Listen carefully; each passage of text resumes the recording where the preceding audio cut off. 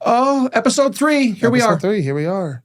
God, I thought we'd be canceled far before this, to be fair with you. I didn't think we would make it here. If anybody's getting canceled first, well, let's see. If Biden was still, if Harris had won, I'd be getting canceled before you. Yes. But now that Trump is in office, it's 50-50 pick 'em. Did we ever figure out who was running the country those last 2 years when Biden clearly had like amnesia or dementia? Did we ever figure that out? He has advanced cognitive decline. It's obvious now what's going on. Sure. And it is literally just, I think there's like 4 or 5, they say like young, like 30s that were running what's going on. And that's why the country is in an absolute, shitter. Yeah. Right well, now. I remember there was a period, right? I typically try to stay away from the political discussions, presidents, all that stuff, right? But I remember, because I see it on TikTok, I see it, whatever. If you said, hey, Biden looks like he's got dementia, they were like, you're a whatever. You're a bad guy. How dare you talk about the president? You're a lefty, MAGA, whatever. And then like within a couple months, they were like, he's going to be stepping down and Kamala Harris is going to take over because he has dementia and you guys were all right. But nobody ever told us who was running the country while he was having these, Nobody. So on that one, we shall see, my friend. We shall see. But we've got 2 episodes in the can that I think were great. I sit back and I read the comments as a barometer of what we're doing and our impact of our conversation. Impact's a good word. It is. I think we're 2 very impactful guys. Yeah. And so you put us together and it's like this super collider that we're just, going at 1,000 miles an hour. And wherever we kind of go into the direction, we do it with great force and veracity and confidence. Yeah. Right? Yeah. And so in doing that, we have similar styles, but we have different styles with stuff. And so it's great because, and we've talked about this from some stuff I've said in the past, Black TikTok hates me. But Black Instagram has embraced me. Because you're talking about dads. Yeah. Right? Yeah. And to me, and I want to have a special episode where we just get Black dads on here to talk. If y'all want to see the world changed, let Black dads come on here and give you their voice. You'll see some ramifications, ripples, waves. It's been again, back to the whole barometer thing, bring it back full circle, to see the passion of Black fathers in this country who have stepped up, who have made the extra effort to be the force of positive and good and growth in their kids' lives is phenomenal. Yeah. It's fantastic, Brandon, what I've seen. And I mean, kudos to you, to the dads that are out there actually making the difference. Because again, I'm saying this as a pasty white gringo, that it's. I think they would call you a cracker. Ritz, saltines. White boy if they liked you a lot. Ritz, saltines, whatever. Saltine motherfucker. I have a Wayne Lewis, who's an influencer here in town who I love, called me. He said my N-word one time. I go, oh, that's the nicest thing I've ever been called. I've always see. I've never used. That's not my lingo. It's right? not. No. Yeah. So like I've never had that moment with any of my friends who aren't Black. Right. Now, don't get me wrong. I play dominoes with my family or people like that, whatever, it might slip out, whatever. But I've always wondered how people how they take that, right? Because you can't respond in kind, right? Yeah. It's one of the things that you just have to does it just hit you? Does it just It's a lot like, I feel that, again, coming from a white guy, take it for what it's worth, but Black culture, Black men using the N-word is very synonymous with the English UK culture using cunt. Because they say cunt and they'll use it in a positive or a negative way. Or, is a right cunt. Yeah. And that's not a good thing. Yeah. So that's why I loved it when my Black friend called me an N-word. I'm like, oh, thank you so much. It's like a bonding moment. That's not a bump. Yes. What would you, TikTok and social media are filled with that variation. What's the reverse? What is something that you would call a Black friend of yours if you like them a lot? What's the kind of I'm crossing the line to call you something that's usually negative, but it's positive, right? White people don't have that. You don't have a word? We don't have a word because I just get like and this is an old saying from my mother. She rest in peace. He's a good egg. Good egg. He's a good egg. That's a very white person. It doesn't get much whiter. It doesn't get much whiter than me saying, that Brandon from Vegas, he's a good egg. He's a good egg. He's a good egg. That's like Midwestern mom. Oh, God. I've got John Cougar Mellencamp in my 8-track in my Chevy. Cougar Mellencamp. Get the fuck out of here. Little ditty With the about Brandon and jeans. Jeff. Come on. And so I would say, but I get it from my mom. I would say, he's a good egg. He's a good egg. I think if you told a black person he's a good egg, I think you would leave them highly confused. What do you mean I'm a good egg? It's either thank you or fuck you. Thank you or fuck you. Yeah. So that's what. But to answer your question, whites don't have that type of word latitude in verbiage. Yeah. To say there's something like down the line like black people have the N-word. Yeah, but I think. And now this is actually something when we have like the Black Dad episode, I think this would be a great conversation because right now you're just going to get my opinion. And I never want to say that I speak for like everybody. That's crazy, right? But I think it's because white guys have never turned a bad word into a positive. White guys, by American white guys, right? Never turn a bad word into a positive word, right?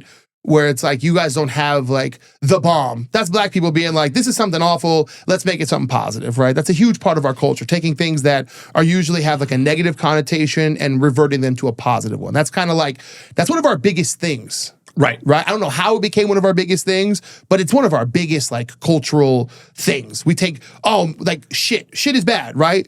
But black people were like, that's the shit. Well, now it's cool again, right? I don't know how we do it, but it's like a magic sprinkle dust we have. That's hilarious. I want to talk about something with you and being married. It is something that that we face as husbands. Yeah. You'll never win an argument with your spouse. Ever. And I say that because if you enjoy having sex, you will never win an argument with your spouse, Brandon, ever. If you want to watch Pornhub and have your 5-gallon tub of Jergens, and your tissues, then you're going to win some arguments with your spouse. But if you want to, put the relationship and the love you have, especially to be intimate with your wife, you will never win an argument with your spouse. No. And it's impossible to win. What I mean by that, and your version is obviously where most guys lean of like, I want to have sex with you. If I make you angry, you will not have sex with me, right? But I take it in a little bit different spin in that it's impossible to win. Every time you win an argument, you lose in the relationship, right? You won the argument, congratulations. But now you're with somebody who's a loser, right? And this isn't, a lot of people beat men down with this thing about we're always supposed to lose. And this, I think, correct me if I'm wrong, but I don't think anybody wins in the argument. I tell women the same thing I'm telling you right now, right? Ladies, if you always win every argument, eventually you're going to be like, why am I dating a loser? And you're going to fall out of love with him because now he's a loser, right? If you keep beating him, in his head, he's going to be like, well, I'm a loser. I'm a loser. I'm a loser. I lose every argument. I'm a loser. And now he's going to start behaving like a loser, looking like a loser, acting like a loser, right? It's impossible to win an argument. Take it to the next step. The worst thing you could be doing in having a argument, and I have to quantify my statement because it's okay to have a heated discussion. Yes. That's okay. Yes. And it's okay to agree to disagree. Yes. On things. Your children are watching and or listening to literally every argument you're having with your spouse. Yes. And they're going to pick up on those social cues. Yeah. And you're parenting without even knowing that you're parenting. When you argue with your spouse in the home. Can I ask you something personal? Anything, yeah. I'll answer it first if it makes you... No, go ahead. Were your parents yellers? That's a great question. My parents split up when I was 11 years old. I was in 6th grade. And I remember them fighting. I remember we lived in Holiday Harbor. It was a little 3-bedroom townhouse in Canandaigua, New York. I'd be upstairs in my room, And because it was a townhouse, thinner floors and walls and all that stuff, I'd hear them fighting. Yeah. A lot. Yeah. And so it was something that was like, oh, because I used to be a yeller. I'm not anymore. Yeah. I'm really not. Yeah. And now I'm more of a communicator. Big difference. Yeah. I say it's both of our greatest strengths because I was a yeller too, right? I lived in a typical, poor person story in America, big family, small apartment, right? So my room was right next to, me and my brother shared a room. It was right next to my parents' room, right? And they were yeller. I mean, you could hear my dad's voice booms, it carries. And they would argue in front of us, right? But we could hear them throughout the small apartment. And so growing up, again, as a kid, you take tonality, you take language, you take volume, and you normalize that, right? And so I was a yeller because to me, the only relationship I ever saw involved yelling. So that's what I grew up doing. And it took a lot of humility and were you embarrassed? Is that what got you to stop? Was it embarrassment that got you to stop yelling? Was it shame? Shame. You felt it, right? You would yell and then you would feel this sense of like, am I a child? What is wrong? Like, am I throwing a tantrum? What is wrong with me? I had words with my daughter yesterday, and we had my wife, my stepdaughter, my son, and my daughter were driving to the thrift store to go thrifting yesterday. Okay. And I won't get into the details about it, I respect to her, but she became disrespectful to me. Okay. In her tone, in my opinion. Okay. And so I let her say her piece. I clapped back at her, and she kept going. Harden the paint. And so then I was like, okay. And I stopped. I just shut up. We drove to the Goodwill store. Usually I get out and get the door for Brandy and everything else. I looked at Brandy. I said, you go ahead and let yourself out. We'll be in a second. Alex, come up here up front with me. Let's talk. Yeah. You thought you got away easy, didn't you? I went old school dad on her. Yeah. But in a way that, and I told her, I said, I'm not going to yell and scream at you, because that is counterproductive. Yeah. However, I felt you were disrespectful to me in what you said, and it made me angry and it hurt me. You communicated your feelings to her. And that's what I led with. Yeah. And then I went ahead with just how I felt, and we talked about it, and we reached a conclusion, and it was fine. It was great. And, and I actually, we went into Goodwill, and we're doing stuff, and I kind of started to cry a little bit, and she came over, I was sitting down, and I said, hey, I'm sorry if I yelled at you. She goes, it's okay. And I even, when I was talking with her at the very end, I said, do you have any questions about what we're talking about right now? Yeah. Have I communicated myself effectively to you? And she says, I don't have any questions. We're fine. We're good. I think that is something that needs to be done as a dad, is you've got to take your kid's temperature, because they have different ways of disseminating information and receiving information. Yeah. Yelling and screaming is not going to do it. No, it shuts down. Smacking them is not going to do it. And it's more about talk to them. You can swear, you can do what you want. I mean, dad the way you want to dad, but take their temperature to see if they're actually listening and absorbing what you're saying. If not, you're screaming into an echo chamber. Yes. Yes. Right. Yelling and that's one of the big reasons why, again, when we talk about kids in the news, kids in politics, it's the reason why I try to keep them away, right? Because it's all just yelling and screaming, right? Everything is like, this guy just destroyed this guy. Watch this Christian destroy. It's like, no, they're just having a conversation. It doesn't always have to be like this attack. Yeah. And I like what you did, where you stayed quiet, you de-escalated, but you also you weren't a punk bitch. No. You weren't like, oh, she gets to talk to me and I'm going to shut up. No, we're gonna talk this out in the car. You don't get to go do the thing that you want to do until we finish this discussion. I like that move. Thank you. And also, this is big for me. How I parent is I isolate the person. Yeah. And we talk one-on-one. I'm not going to argue with her or communicate how I feel raw with my stepdaughter, my wife, and my son there. Yeah. Yeah. I'm not going to do that. Yeah. I want to respect her and her feelings, and let's have a serious conversation. Let's dig in deep for a little bit, but let's just do it you and I. Yeah. Because when there's people in the car, now, the second you add a crowd to any conversation, there's this sense of winning the crowd, right? And instead, it takes away the one-on-one dialogue and it makes it a performance for the audience. And I don't think there's anything healthy in that battleground. There's so many different sets of optics that get put into play that you have no control over when you are arguing with somebody and there's a gang or a crowd mentality. Yeah. Then it's mutually assured destruction. 100%. Nobody wins, Brandon. 100%. Nobody wins. And so I isolated her in a good way and said, let's talk about this. The interesting thing is when we were done, we go inside Goodwill, and my son, who's 9 years old, bless his little heart, he's over there looking at stuff. And I walk up, I go, hey, did you find anything yet, honey? He goes, no, I'm looking. He goes, what did you and Alex talk about? Because they always see. And I said to him, I said, honey, it's private between Alex and I. And I changed the topic and we moved on. He was like, okay. And then went ahead. Yeah. But kids see everything.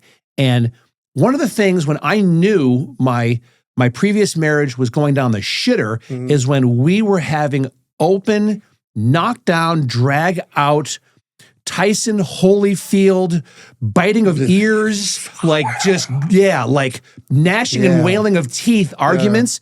And Jack Fargo, I think he was like maybe 3 or 4. And at one time we're yelling so badly at each other, he put his hands over his ears. Ouch. That's hard to recover from, right? And I'll never forget that. The look, right? Ever. Yeah. And so now I've learned from that, whether it's with my kids or if I don't fight with my wife. Like we just don't fight. Sure. But we have discussions about things because the love I have for her supersedes everything else. Yeah. Everything else. Isn't it weird? Like I always tell people, we never really grow up. We just get better at dealing with whatever kid's inside us, right? Because as a kid, you had to learn through pain. Hey, the stove is hot. Oh, I don't believe you. Okay, you burned your hand, right? Hey, don't jump off that thing. You're going to hurt yourself. Jump off the thing, break your leg. Well, you learned, right? But as we get older, we don't change. We just learn in new ways. I think watching your son go like this is no different than putting your hand on that hot stove, Amen. Right? It's a level of pain. And shame is to me, give me pain over shame any day. Shame is the worst form of pain. Pain will go away. Shame leaves scars that are like hard to remove. There are still times that I yelled at my daughter when she was young and when I was a new dad that I wish I could take back. And I still beat myself up mentally about those things. Is it easier to, this is going to come off so bad, but I don't care. Is it easier to yell at your son than it is to yell at your daughter? Because I find yelling at I'll yell if I'm in the grocery store and I see some young punk being disrespectful to his mom. I will gladly, hey, don't talk to your mom like that. I'll yell at a young boy at any time of the day. Your kid, my kid, my friend's kids, I don't care. But when it's like a young girl, I'm like, keep your cool, relax, explain your emotion. Like, do you find that, or do you equal? I'm an equal opportunity parenter. Okay. Okay. Right? And I parent both of my kids the same way, but with different modalities because of where they are in their lives. Okay. There was my daughter is 15 and a half. My son is 9.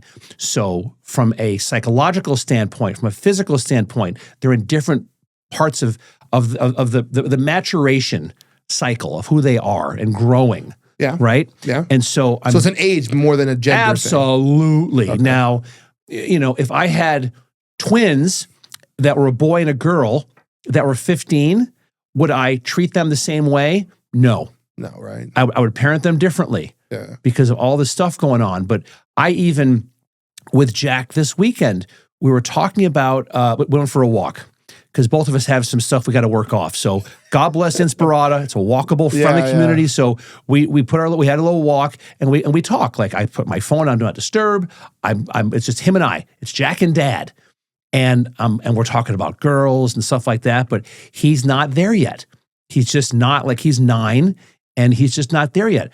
I wasn't into the girl thing until probably, I saw HBO when I saw boobs when I was like 10 or 11. HBO brought all of us into puberty. Real sex. It was Number 39. it was HBO, and then also when I was about 14 or 15, the Playboy channel came out, and it was like scrambled. Oh yeah. But if you blinked a lot, you can catch a nipple. Every so often you could catch a nipple or maybe a little bit of a clit or something, because be like, that's good. How do we all have the same? How does every boy in America have the same childhood? Right? Well, it was, for me, it was HBO, and then we lived in Holiday Harbor, this really cool little townhouse complex where it had canals in the back, so you could have a boat right there with a dock, and it was great. And it had a pool.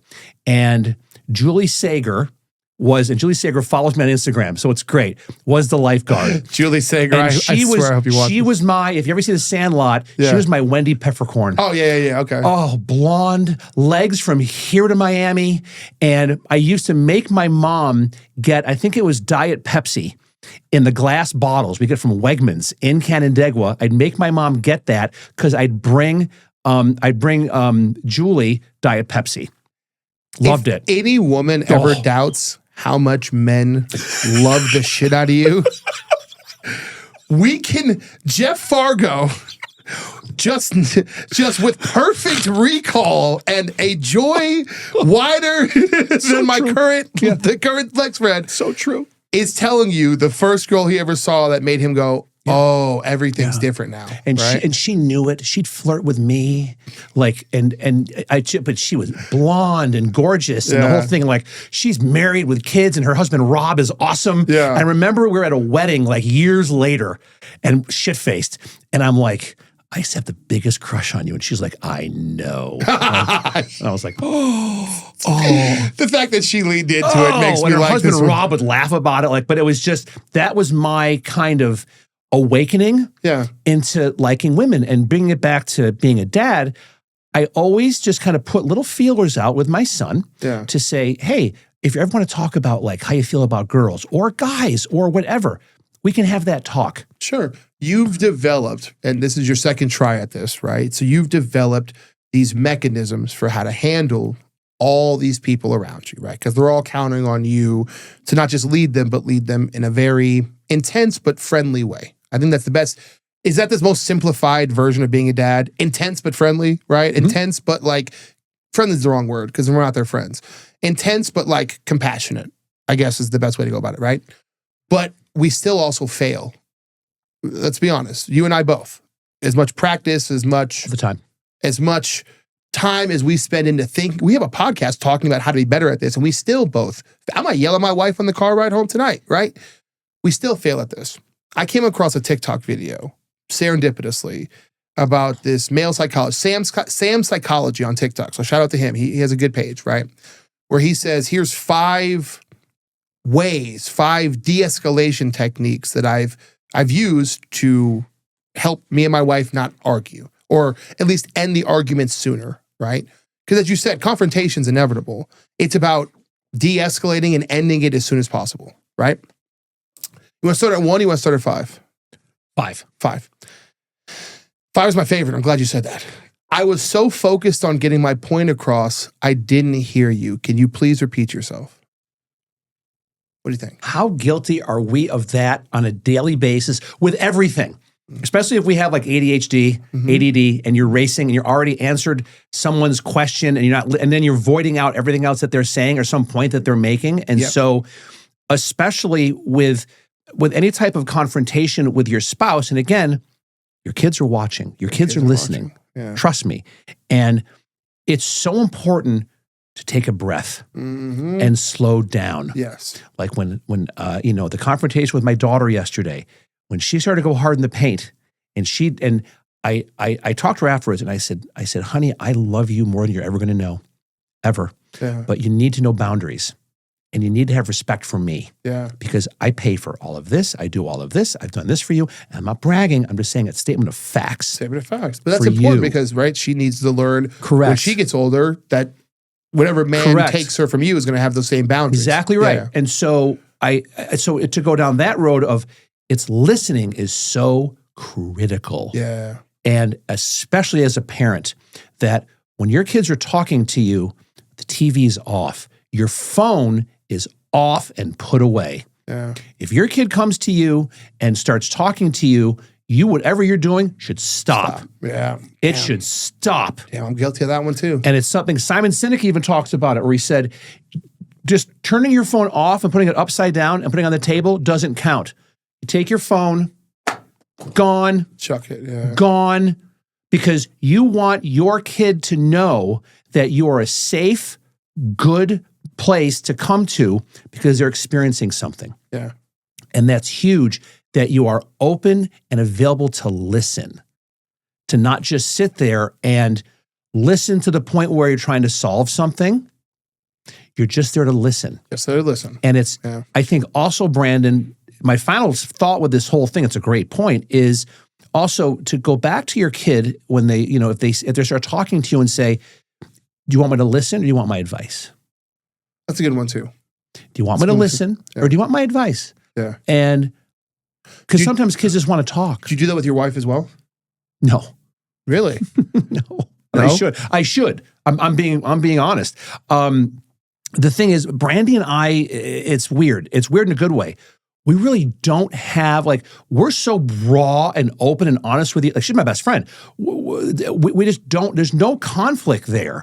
Like, once something, you get even a little, it's not a whitehead to pop yet. It's just like a little red bump. Anything. Like, it's on your neck and you're like, oh, that's bad. You're stomping that bitch out. I gotta get something on that. Like, what do I got to do to get that thing taken care of? We step on it immediately. That's good. Because we love each other so much. That's good. So I try to also, though, this is something that I'll talk just for a second about. I spend a lot of time with my son because I'm his dad. And even though we co-parent, he still spends every Wednesday and Thursday night at my house with my wife and my stepdaughter. When I pick him up from school, I'll say, how's school? And I told him the other day, I said, honey, even if you have a bad day at school, or if someone's picking on you, or if you got in trouble for something or whatever, let's talk about that. Yeah. I don't want you to just come up with things to say, oh, well, it's boring, or we did this, or I had a peanut butter and jelly sandwich. I don't care about that. So he ended up telling me, the teacher talked to him about something because he loves to be the class clown, and that's not always good. I know from personal experience. Yeah. But it was good because it created, Brandon, an environment for him to be vulnerable with me, to know that it's not always when I say, how was your day? I'm not expecting you to give me the top 3 best things that happened that day. Yeah. And that's so cool to nurture that with your kids, to say it's okay not to be okay. Yeah. And let's talk about that. Even if you just want to get it off your chest, because he said, well, the teacher said this, I didn't understand why. I then acted kind of as a mediator to say, well, honey, she's doing that because even though, yes, you are funny, you're a great kid, you're awesome, Jack, but there's also times that the kids need to learn, and that probably becomes distracting to the teacher. If you're doing something funny, that takes away from the kids who are trying to focus and learn a certain task that the teacher is teaching. Yeah. Yeah, you're funny. I like that you're funny. Don't kill your personality, because these school systems will try to kill your young boy's personality. Yeah. Straight up. They will pill and yell the personality out of your kids, right? So you did a good job being like, hey, look, you're special. You're awesome. You're funny. But also, you're so funny. You're so good at being you that it distracts the other kids, right? I had the problem when I was in 5th grade, Mrs. Green, Canandaigua Elementary School, never forget this. She moved, I talked too much in the class, shocker. So she moved me to sit in front of her. I ended up talking to her all the time. It's funny because we don't look anything alike, but we... Class clowns all run podcasts now, by the way. Every class clown is who you guys see in front of these podcast mics, right? So what's number 4? We're born entertainers. Number 4, I don't want to be right. I want to understand each other. That is my pet peeve, because my whole life, no, don't get me wrong, but I only talk about things that I'm confident that I know, right? I don't need anybody to ever tell me I'm right about certain topics. I'm quite aware that I'm right, right? I don't want to be right. I'm tired of being right. Me being right doesn't get us anywhere. I need to understand how we got. If I'm so smart, if I'm so right, how did I let us get to an argument? I clearly have gaps in my knowledge, right? Because if I was as smart as I thought I was, I would have never let us get to this point of being angry with each other. So I clearly have a flaw in my system. Help me understand you so I can find Do you ever play tape recorder after an argument where you kind of rewind it and see where it went off the rails? I have in the past. Okay. Yeah. I'm tape recorder, man. Every fight, every argument, I just sit there for like 10 minutes and I just like, and I try to pinpoint how did I let this go wrong? I didn't want this argument. I hate arguments. How do we end up in an argument, right? How do we get there? And I think I don't want to be right. I want to understand you is the best way for me to like pinpoint where I've gone wrong, right? Because arguments are a series of misunderstood feelings, right? Either you don't understand my feelings or I don't understand yours. Yeah. That's the bridge we need to cross, right? It is something that it's humbling. You have to humble yourself. Yeah. And being a dad, and being a man, that's one of the hardest things in the world to do, Brandon. Because the whole world is always fucking humbling you. Yeah. The second you wake up every day and go outside, every person you meet is trying to humble you. Yeah. Oh, I don't want his ego getting too big. That's what everybody's thought about you is, right? So you come home after a day of the universe humbling you, and here you are having to humble yourself once more. And it's hard. It's brutal. It's brutal. It's brutal. Because you just want to fucking win somewhere. Yeah. I think that's the best thing we can do with what we're talking about in our conversations here is we want dads to win.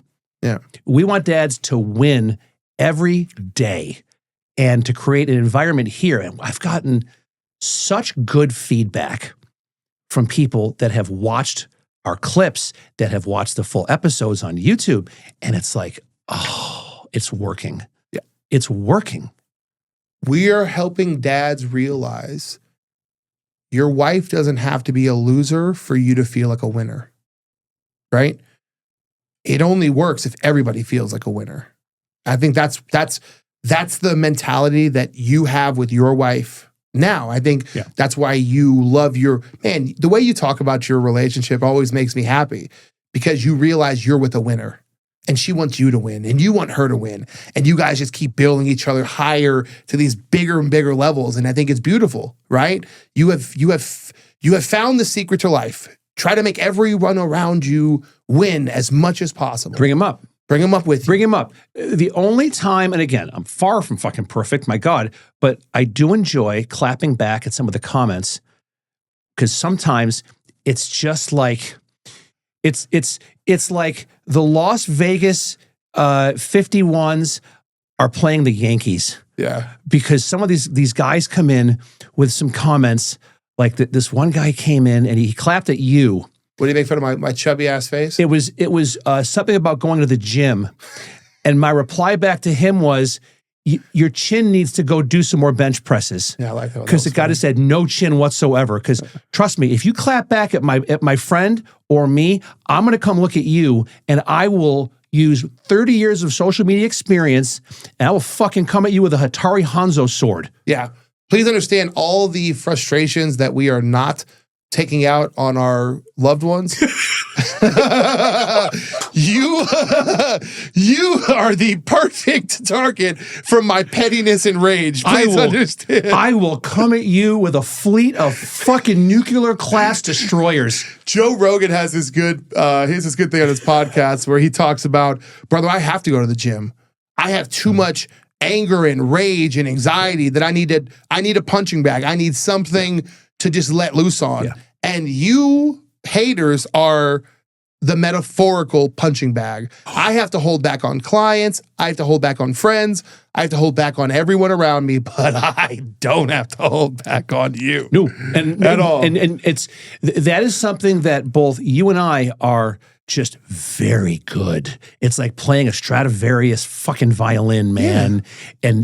So if you come at us, the thing is this, you're never going to win because in the end, I'll block you. I'll remove you from the conversation if it gets that vile. Yeah. But really, I'll sit there a lot like how a cat will play with like a half dead mouse. Yeah. You just kind of pawn at it. You're pawn at it just to see if it's still going to move.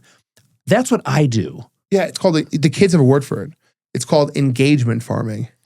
I didn't realize it was a word for it, But somebody messaged me. They said, hey, man, you guys are great at engagement farming. I said, what's that? He goes, you guys poke the trolls so they post and comment more and it brings more people to your page. I said, oh, that's a thing? We're engagement farmers. That's hilarious. That's what we do. We should get like a piece of like wheat. The engagement farmers. That's fucking funny. Next week, fucking straw hat. Next time we do a show, let's find the meanest comments and we'll read them live. Matter of fact, you know how what's the lame talk show? What's his name? Jimmy Fallon or whatever. How he had celebrity read mean tweets. We're not celebrities, but we should read the meanest comments about ourselves because it shows people that you and I, there's nothing you can say to actually hurt our feelings. I've been fat since I was 8 years old. There's no way you've said meaner things to me than I say to myself on a daily basis. So you're coming at like a brick wall. It's impossible to penetrate this, right? It is something that, again, and we're older. I'm much older. I have a fucking UTI, for Christ's sake. That's how old I am. It's old bastard, bro. I have an old, chemically imbalanced bladder right now. That's how old I am, motherfuckers. Okay? I'm in here with a science experiment, man. Oh my God. That's why I'm drinking all this water. Good heavens, my urethra is just terrible. But it's something that, for us, we got way off the rails. But that's why people like this, though. Well, amen. It's okay. We have a great editor. He'll make it all seem cohesive. And it's not Jimmy Fallon. It's the other lame one. They all suck. And he's from Vegas. But yeah, Jimmy Kimmel. That the read mean tweets. We need to do like dad pod mean comments. Mean comments. Oh, that's perfect. Yeah. Hey, if you're watching this or when you watch this later, send us the meanest comments you can possibly think of. Mostly about me because I think they're honestly, you guys. I am a big roast fan. I like the whole roast concept. Feel free to roast me. I think that shit's hilarious. Like, it's good to me. You ready for number 3? Yeah. I know we're both frustrated. Can we take a minute or two to calm down? 90 seconds is the length of our strongest emotions. 90 seconds. As long as we do not focus on them and give in to them, 90 seconds, right? So giving it a minute or two to calm down, put you out of that 90-second range. Let's rage, ego, all those that pop up and lets it just kind of dissipate. Now you can go back in and talk to that person like the human being that you are. It's so hard to do, though. It's so hard. It's so hard. If it was easy,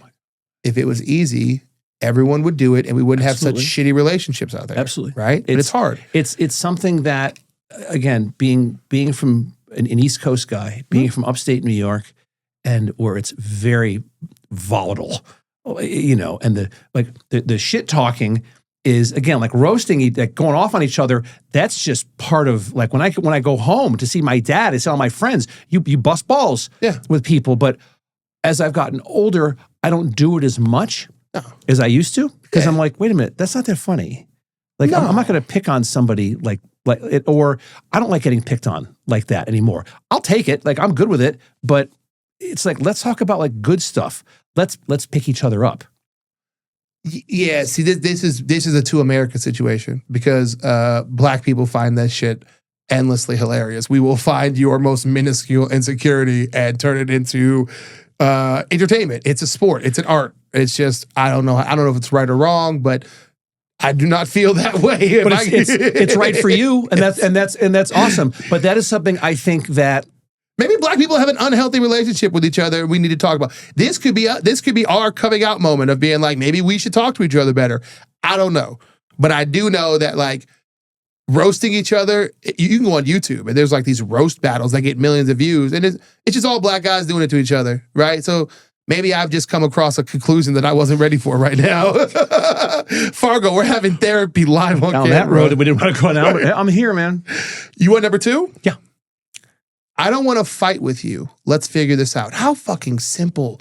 Doesn't that make you feel stupid when you're like, oh my God, duh. I don't want to fight with you. Why don't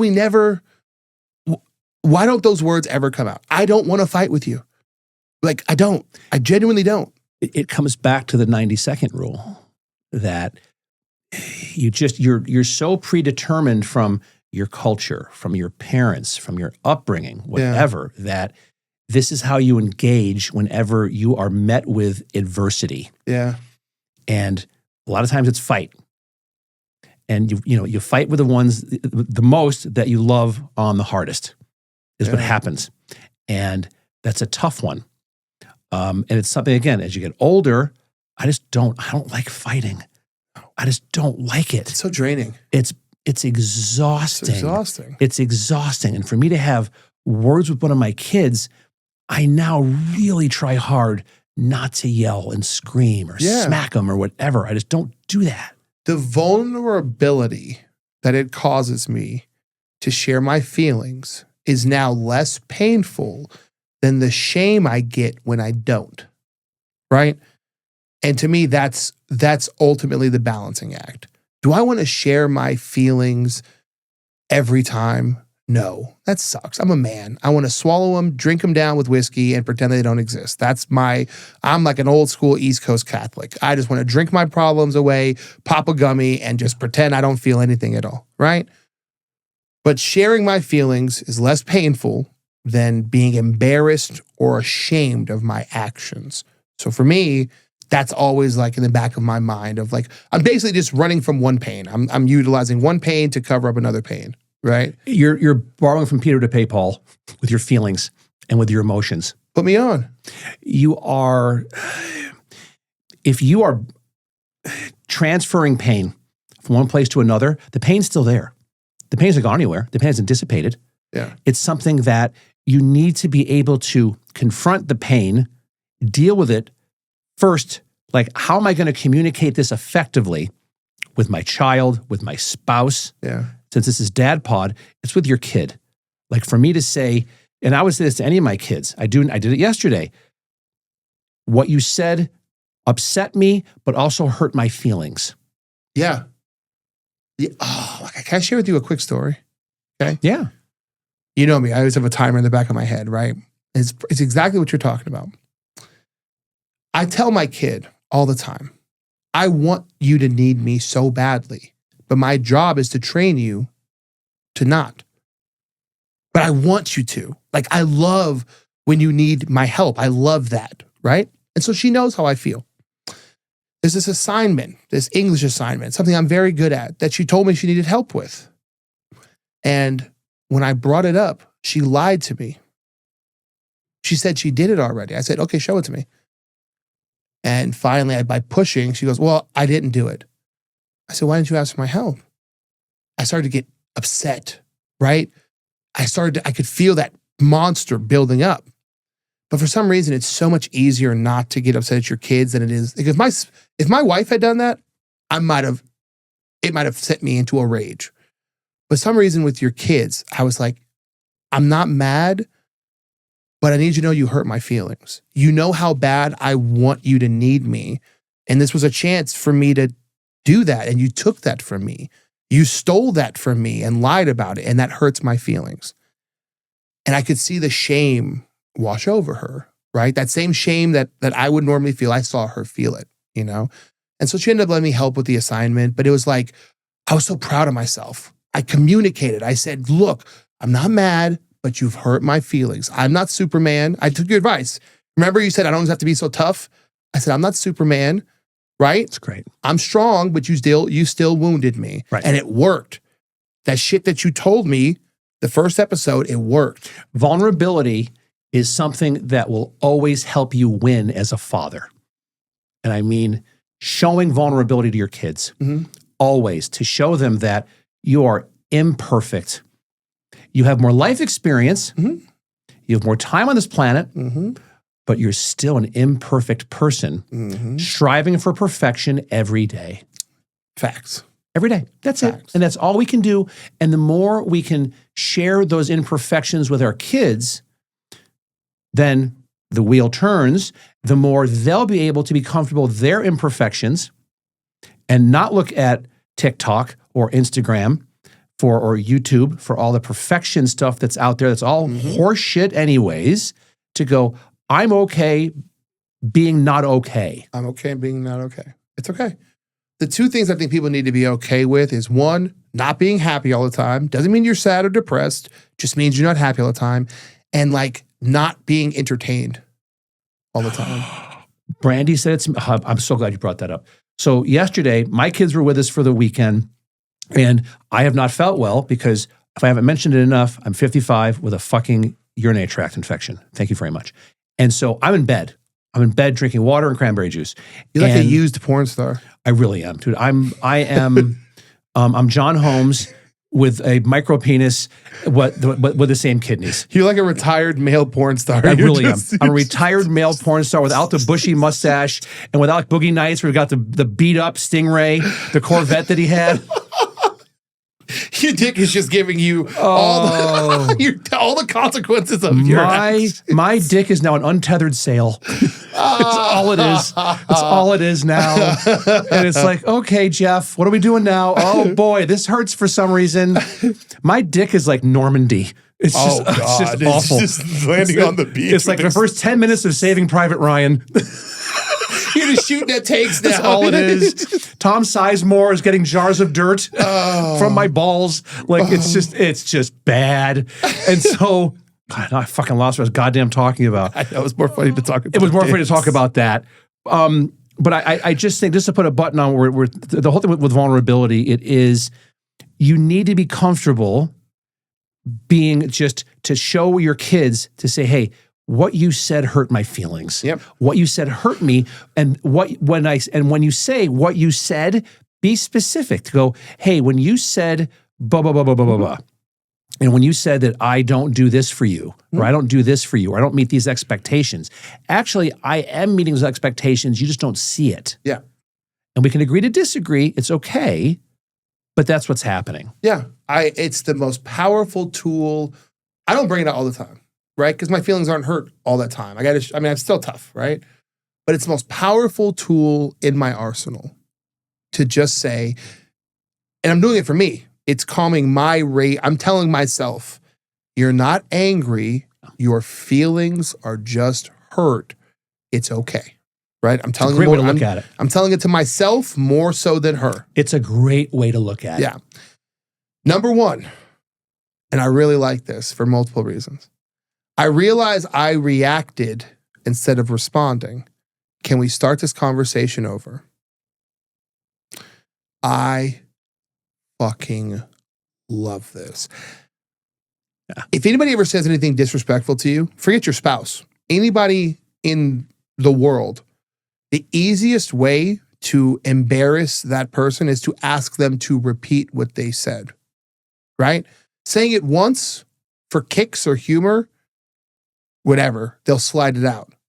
Asking them to repeat it now forces them to declare what it is they actually are saying, right? And I find when I use this with my wife, can we start this conversation over?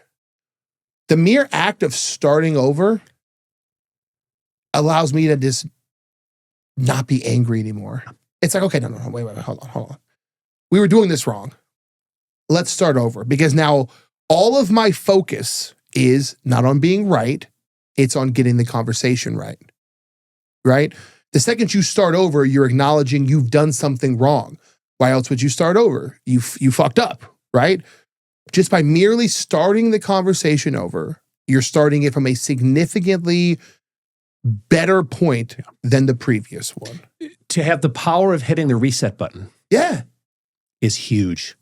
You ever seen the movie? What's the Adam Sandler movie? The one good movie he makes every 10 years? Switch. The click. Click. There's a click. It's like getting asking for a do-over on a conversation in the middle of it is like a fucking click button. Yeah. It's like a reset on love. It's like, wait, I love you. Hold on. Start this over. To start it over means you have to possess the wherewithal, the confidence, and the know-how to slow down. Yeah. Because once you start getting bubbled up and things start to go, and all of a sudden the thermometer in your, internally is going, and you fucking just blow your stack. Mutually assured destruction. Nobody wins. Yeah. Nobody wins. Oh, yeah. And it's a great point for dads, that if you feel that internal thermometer of yours, I keep thinking like the one in Baker when you're driving by that fucking 45-foot tall fucking thing with the alien jerky place. It starts going like this. Stop and ask for a reset. Would you say that's your greatest dad tip? Would you say that's your greatest dad It's up there. tip? I think it's in the top 3. Okay. Yeah, it's in the top 3 because again, you have to humble yourself. You have to. And it goes back to the first time we talked about you're never going to win an argument with your spouse. Well, you're also never going to win an argument with your kids. Yeah. You're not going to. Yeah. Just because, yeah, you're probably smarter than them. Yeah, you have more life experience than them. But what are you teaching them in the way that you are communicating with them at that very point in time? Yeah. When you're coming from a point of anger. 100%. And bruised ego. And bruised, your ego must be out of it. And shame on you. Shame on you. If that's how you're going to go. And now again, that's how a lot of us were brought up. We talked about this on the first episode. Stealing the self-esteem of others to feed your own ego, to me, is the single biggest mistake forget dad, it's the single biggest mistake any parent can make. Feeding your own ego off of others' self-esteem, right? You are right. Yes, my ego is right. How much self-esteem have you stolen from your kids or your spouse by you being right? Lose on purpose. Lose on purpose. Without being a loser. Remember, guys, everything that dads have to do is hard. It's hard. It's like working out. I'm still fat, but I work out every day because it's hard, right? It's hard. You have to lose without being a loser. And you have to do it on purpose. There's times I know I've caught my wife dead to rights. Dead to rights. And if I want to deliver the finishing blow, pow! Oh, yeah. Right? Lose. But your love supersedes everything else. Yep. Right? I am not a loser. I am not a simp. That's what they call them nowadays. I am not a simp. I'm not one of those guys that's like, happy wife, happy life, whenever she says go. No, fuck all that. Yeah. There's a difference between losing and being a loser. Michael Jordan lost a lot of games to the Pistons. That motherfucker was never a loser, right? He was, because he was a winner eventually. He was never a loser, but he did lose. Agreed. And that's the kind of mentality I think dads should have. I agree. Very good. Very good. There's a topic.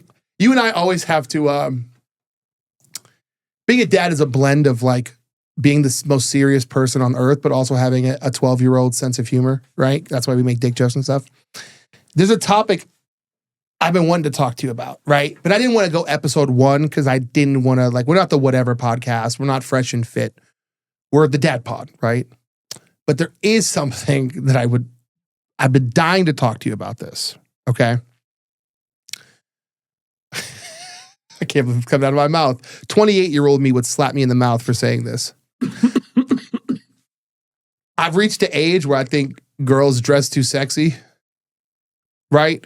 And it hit me, and I didn't have anybody to talk to about it because who the hell wants? Every guy is gonna be like, "Shut the fuck up, loser, fat boy. These girls look great, right?" That's, of course, it looks good. But I think they dress too sexy. I don't know. I don't know how to put. I don't know what what's the old rule. I don't know the difference between art and pornography, but I know it when I see it. I don't know the difference between sexy and too sexy, but I know it when I see it. Right? It's a great point to bring up because I go to the gym with my daughter, and she says this herself. She laughs about it. She dresses like Adam Sandler. She wears my oversized basketball shorts that are like XLs. And she's in good shape. Like she's not big like me. Yeah. She's in good shape. She's like 5'7". And she'll wear I have all these shirts from I was up in Reno a while ago, Bucket of Blood Saloon in Carson City. She loves to wear these Bucket of Blood Saloon t-shirts or all these other Lucky brand t-shirts I bought at Costco years ago. She raids my t-shirt drawer and she has carte blanche. Whatever she wants to take, she can take because she's my kid. Yeah. So she's dressed like Adam Sandler. Meanwhile, there's these girls in there, and I mean, girls that are anywhere from high school up into their 20s, 30s, 40s, 50s, wearing the short, like a Lululemon workout kind of thing, and a sports bra. And even worse than the new leggings, the new model, they pull up to the stomach so that they're extra. supporting and lifting, right? Yeah. These aren't just like your normal, like, this is on do not disturb. I don't have it right there. They're okay. they're like the extra, right? And it's like, we as dudes, you've seen the gym videos online. You've seen them. No dude, I work out with my eyes closed a lot of times. Yeah. I'm literally just like a shameful dog. I'm like staring at the ground, doing my lifts, because I'm not trying to get caught on nobody's video, right? But as a human, it's impossible not to notice the things around you. And also now they've got the pants that shape the woman's ass, like artificially shape the ass, like stuff gets lifted. Yeah, and it's not just about comfortability, because sweatpants are comfortable, right? We have to start having honest. Now, here's my thing, and I always want to try to bring some sort of data to the situation, data, or at least like to show people that we're not just two dudes on here judging what women wear.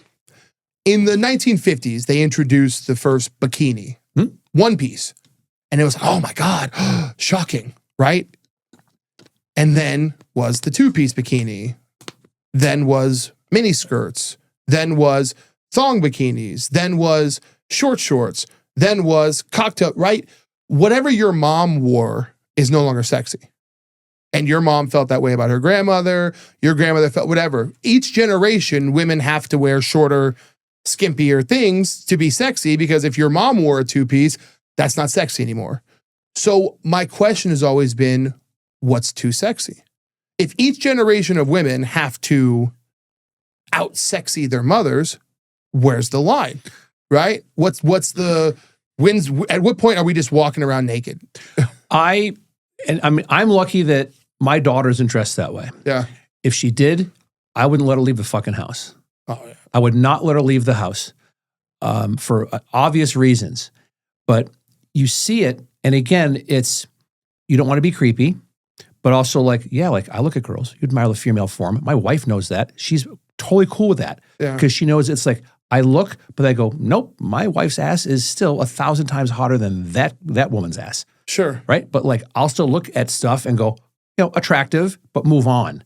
I think that there's a balance that's there, but because you made a statement where you're like, I don't want to show up on somebody's, like someone takes a picture of you at the gym and look, here's Brandon from Vegas checking out a girl's ass. Dude, I'm working out with my eyes you've my blinders knees, on. bro. Yeah. I'm like, you've got blinders on. You know what I mean? Where I'm more of I'll look and then but then I keep going. Like I keep moving on. And I know that I have such a great relationship with my wife, it's okay.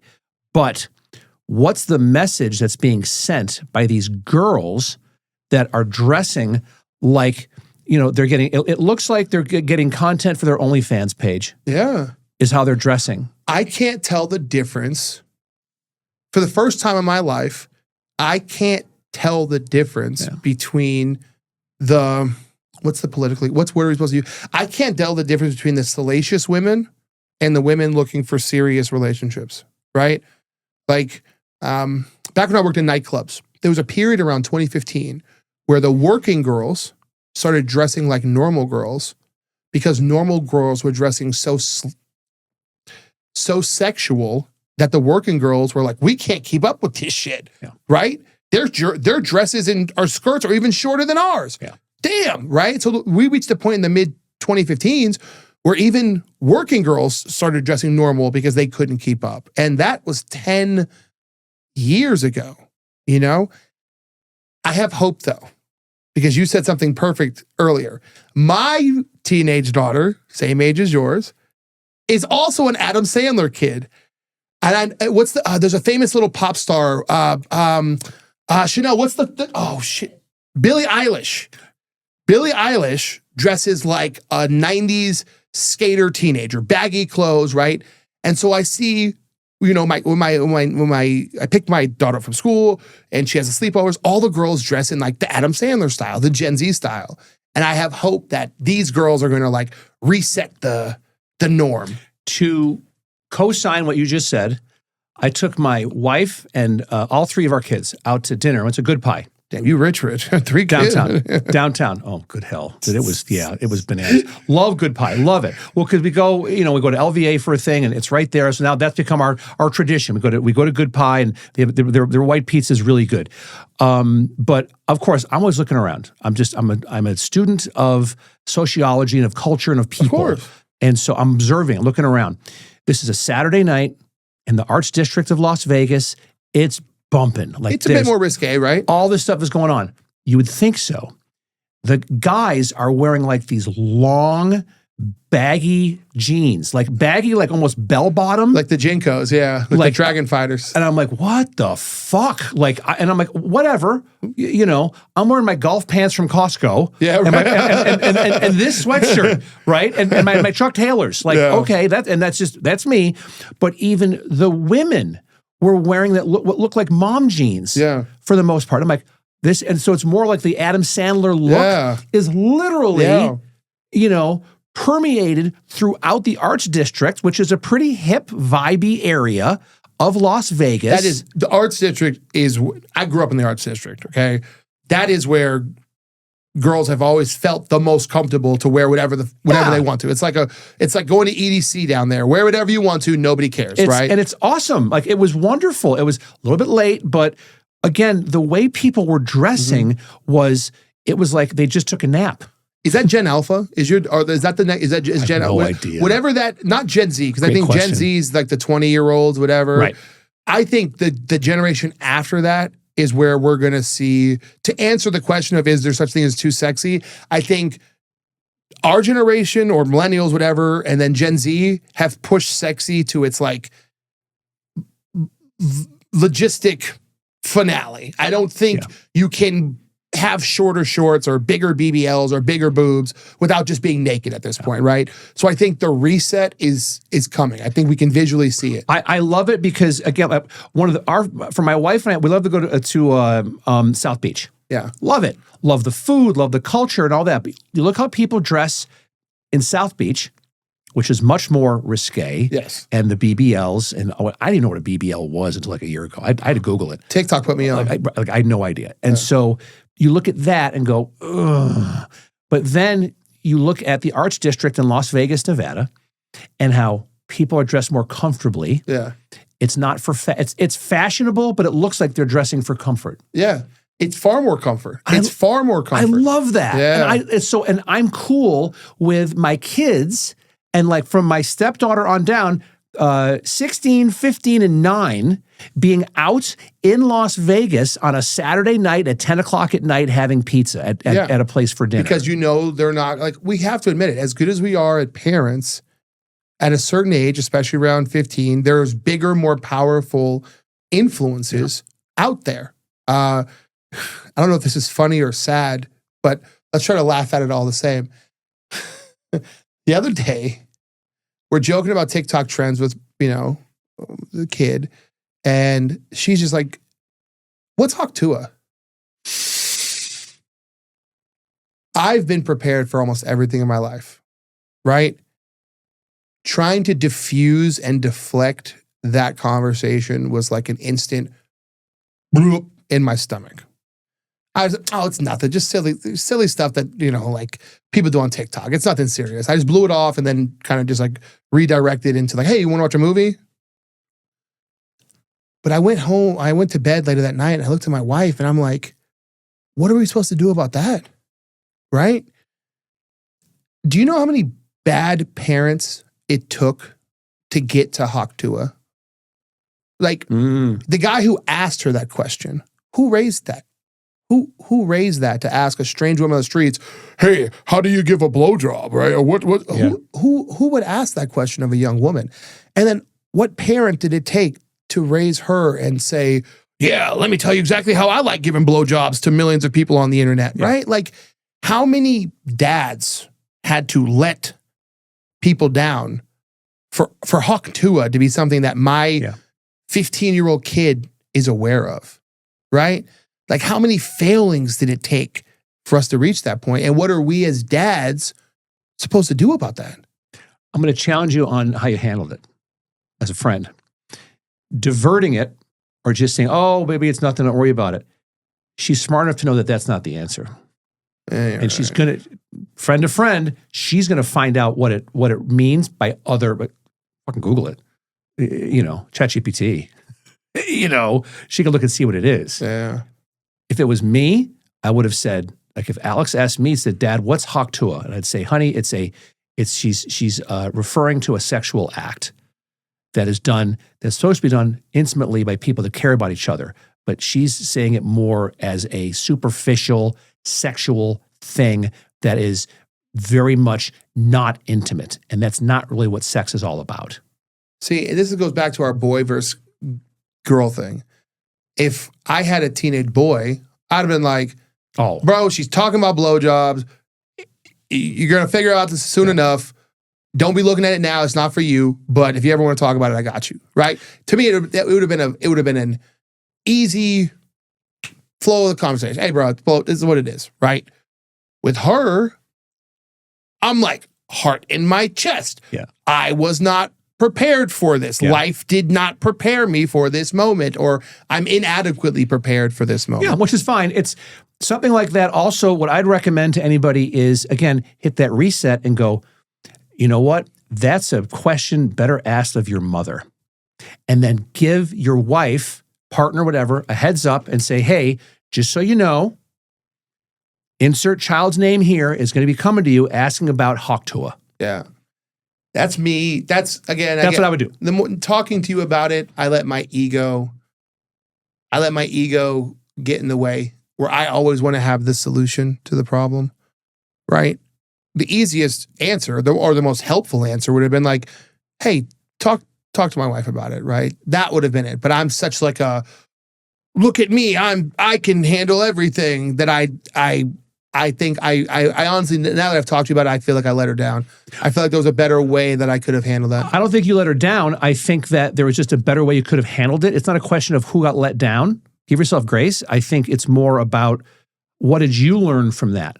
And that, did you handle it the best way possible? Probably not, but it's cool that we're talking about it now, because maybe that will resonate the next time, because there's going to be a next time. You know that instead of, because again, if it was Jack, and Jack was 50 and asked me, oh, we're talking about blowjobs. Honey, talk about blowjobs. Buddy, we're talking about blowjobs. We're talking about spitting on dicks. We're talking about spitting on dicks. That's all we're talking about. Well, what you want to know? What do you want to know, buddy? Yeah, and that's kind of like a Southern culture thing, because her drawl also sold it even more. Yeah, that's what really sold it. Of course. So if it was like some classy, we call it the Haktua. I spit on that thing, right? No, forget it. No, God bless the fucking Brits, because they always sound smart.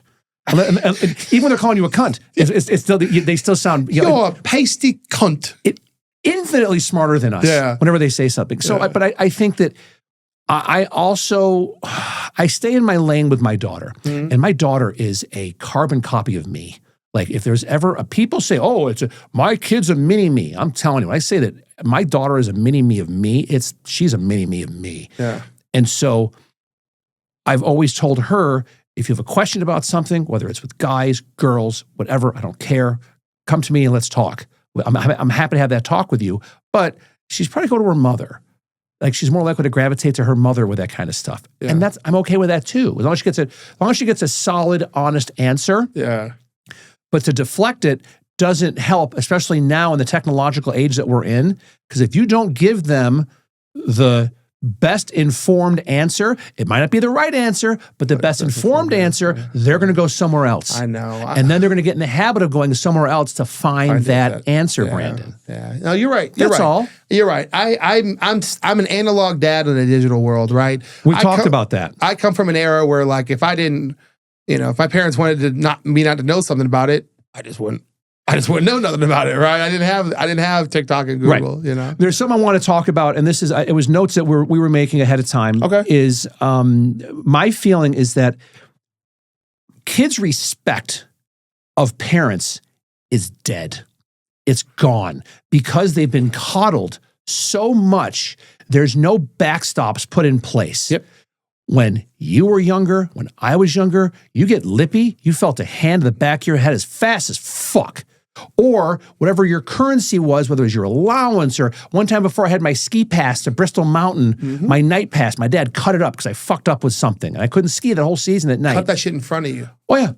Oh, right there. I want you to see this. Yeah. Like blatant establishment of authority. 100%. Is what happened. Totalitarian. Now, kids, because I see it with my stepdaughter and my daughter, talk back to me. And I'm like, the fuck did you just say? Like, I don't swear in front of my kids. I try not to. I do, but I try not to. But I'm like, inside of me, it's like my mother, my grandparents are up in heaven going, did you just let her say that? The ancestors are begging you. The ancestors are like, what is going on right now, Jeffrey Fargo? And so for me, because I feel like my voice will get like, you know, when you get upset, you get mad, like all of a sudden to be like, what? And it's like, if I say something and they clap back, and it's like all of a sudden you're playing pickleball and you're going back and forth with this shit. And here comes the spike, bitch. And here comes the spike, but they don't know that. They don't know. Because of a lot of times how they've been raised. And I think I'm a good dad. And I think I have a great relationship with my kids, but my daughter will still clap back at me. My stepdaughter will still clap back at me about stuff. And it drives me up a wall. Consequences are missing, right? There's a direct correlation between high crime areas and the lack of some sort of authoritarian figure, right? We don't need to dive into it. You all know what I'm talking about. There's a direct correlation between high crime areas, lack of father figures. And I feel like for the past 40, 50 years, there's just been this slow degradation of the father figure where we've turned into Homer Simpson, Peter Griffin, these people that no one respects, right? And because there's not that totalitarian figure in somebody's life, that lack of authority, that lack of respect for authority is there. I do charity work with teachers. We talk to dozens of teachers a year. They will all say exactly what you just said on. Now, they're too scared to say it. They don't want to get fired. They don't want to lose their jobs. But they tell me behind the scenes exactly what you just said. There's no respect for the teacher anymore. There's no respect for any form of authority because they know that teacher can't do shit. No smacking their hand with a ruler, no actual punishment. Yeah. If you try to punish a kid, the parent will come to the school and try to sue you. Yeah. Like you're the problem. Yeah. There's no respect. It's, to me, it's mind-boggling. Yeah. And again, all we could do is start at home with our own kids. And again, I have great kids. I'm blessed. Even my stepdaughter, she's awesome. But it's something that you will have respect for me. I'm your father. Yeah. And all of this is because of me. Yeah. Or because of your mom and me. Yeah. Do not talk back to me. Yeah. You've not earned the right. And when you turn 18 and you want to go off you go. 100%. Bless your heart. Because my job is to prepare you, Brandon, 100%. for when you are as my child 18 and off you go. I've given you at least the bare bones, like the 90-day meal prep kit of course. of common sense. Of course. Is what I've given you to go off, and you're still going to make glaring mistakes. meal prep. You're still going to make glaring mistakes, but I've given you this of common sense, a meal prep kit of 2,000 calories a day for 90 days. Yep. Off you go. And when you have a problem or a challenge, you feel comfortable enough to come back to me and I will help you. Yes. I'm more than happy to help you. And it better not be just, I want money. It's going to be that. Because we all know that. We all know that. But I'm trying to teach my kids to go, you can come at me and add, but why? Quantify your reasoning. Like your ask can't just be, my hand is out. I like using your favorite word. Figure it out. Figure it out. I bought my kid a brand new trombone. $800. Trombones are expensive. $800 for a trombone, right? Well, she's got this big band trip to Seattle. And now she does listen to our podcast. I would never let her, this is too adult, right? But she is 100% convinced that I'm going to pay for that trip. I've told her I'm not, but she's convinced when push comes to shove, she will get emotional and sad enough that I'm going to pay for the trip. And I won't. I've already told her, pick up dog poop around the neighborhood, babysit people's kids around the neighborhood, walk their dogs. I'm on the HOA board. I will pimp you out to the neighbors. But you got to do the work. Yeah. You've got to figure it out. Figure it out. And she is very much convinced that I'm going to just pony up and pay for this. Kids have no sense of budgeting or money because they're not taught it in school. No. At all. Depends on what schools you go to. Okay. But for the most part, because my stepdaughter said to both of my wife and I in the car a couple days ago, somebody, blah blah, is going to be is coming to somewhere in LA to play in a concert. I'd love to go. And my wife, bless her heart, was like, no. Are you kidding me? Are you kidding me? And then my standard line now with my stepdaughter, whom I love as my own, Sure. I really do. And she's 16. And I've said, go get a job, save your money, and then you have the freedom to do whatever you want to. 100%. And I told her this weekend, I go, I feel like we're playing pickleball back and forth because whenever you ask for something of monetary value, I'm always going to clap back at you with, go get a job. Go work for it. Go work for it. I'll for it. even help drive you to your job. Yep. And so then it dies a natural death right there. And it's going to keep dying until hopefully, and she will, it'll light bulb will go on. And then she'll be like, Jeff, can you take me around and go look at jobs? Let's go. I mean, now everything's online to applications anyways, but it's like, if I was a kid right now, like In-N-Out Burger, they pay good money. And I mean, being a people person, I'd be right out there with the menu flapped over, and I've got my iPad, and I'm shooting the shit with people all day long, getting fresh air, and making like $16, $17 an hour. With benefits too. With benefits? Done. Yep. I'm in, brother. Yeah. So I think it's also something, and to put a button on it, is there's only so much we could teach our kids at a certain time. They only have a certain amount of bandwidth. And you keep kind of just eroding away at them to say, if you get a job, you could do this. Oh, if you get a job, you have financial freedom. Oh, if you get a job, in some way, somehow, eventually, the light goes on.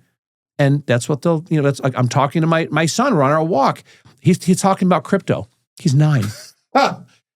Jack Fargo is like, you're something crypto, bro. Think he's gonna make money in crypto because he watches YouTube videos and stuff. And I said, honey, let me tell you the best way you're going to make money.